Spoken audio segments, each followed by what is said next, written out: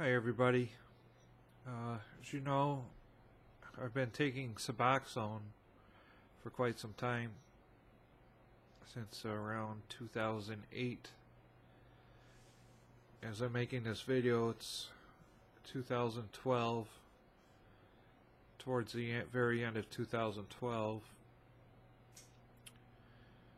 and I've been starting to journal about why I'm still taking Suboxone, and I've come to a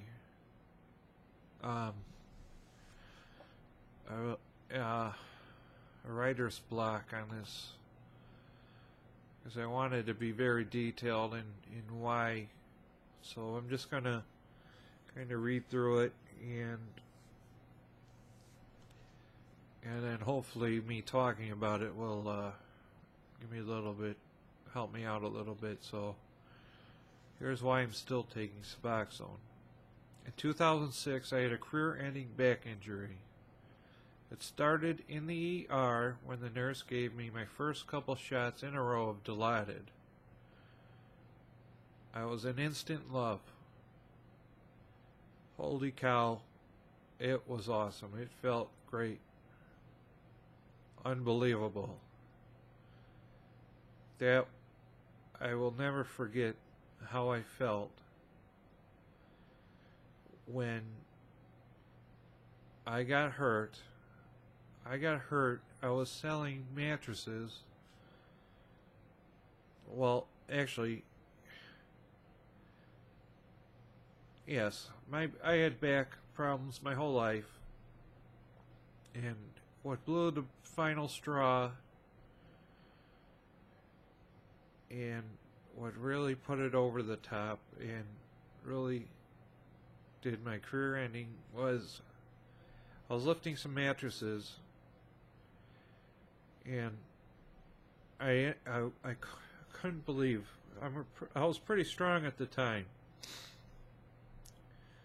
So I was just lifting mattresses, and I was lifting them, and I couldn't, for some reason, couldn't lift this little light cheapy twin mattress up on top of a stack of mattresses about shoulder height. And so I tried it again, and then all of a sudden I had this excruciating pain, and I had to go down on the floor like Superman. I didn't know which way to go. So anyhow, I'd never been in that much pain in my life, and I was able, after laying there for about 30 minutes, I got up, walked around, and fell down again. Got up a few more times.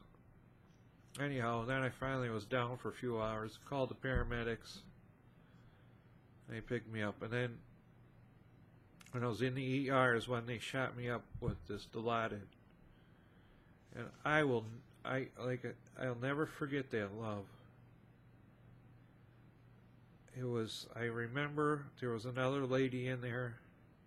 She must have been a drug addict. I just remember she had like a big Ziploc bag full of her prescription pills. I don't know what she was doing in there, but I just struck up a conversation with her, because after feeling such bad pain, I'm laying on the gurney thing face down, because I was still in the Superman position when they shot me up, and I couldn't feel. I was just talking. I just had the rush, the high going. So it was such a high, immediate high, and I got that feeling for, I mean, I was in the hospital for 3 days, and the whole time in the hospital I was basically I was basically using drugs. I was like at a party. It was a non-stop drug use.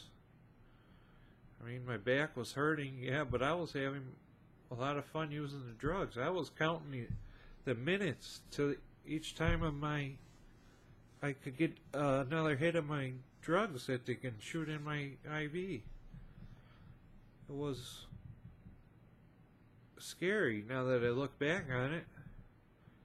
I had no idea they had drugs like that. Not a clue. And so, I mean, it's just, and I knew I didn't know it was that powerful.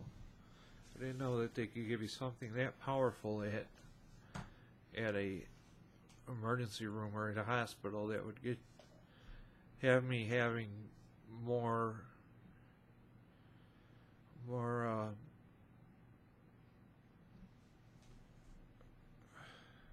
fantasies about than my other drug use that I've had in the past.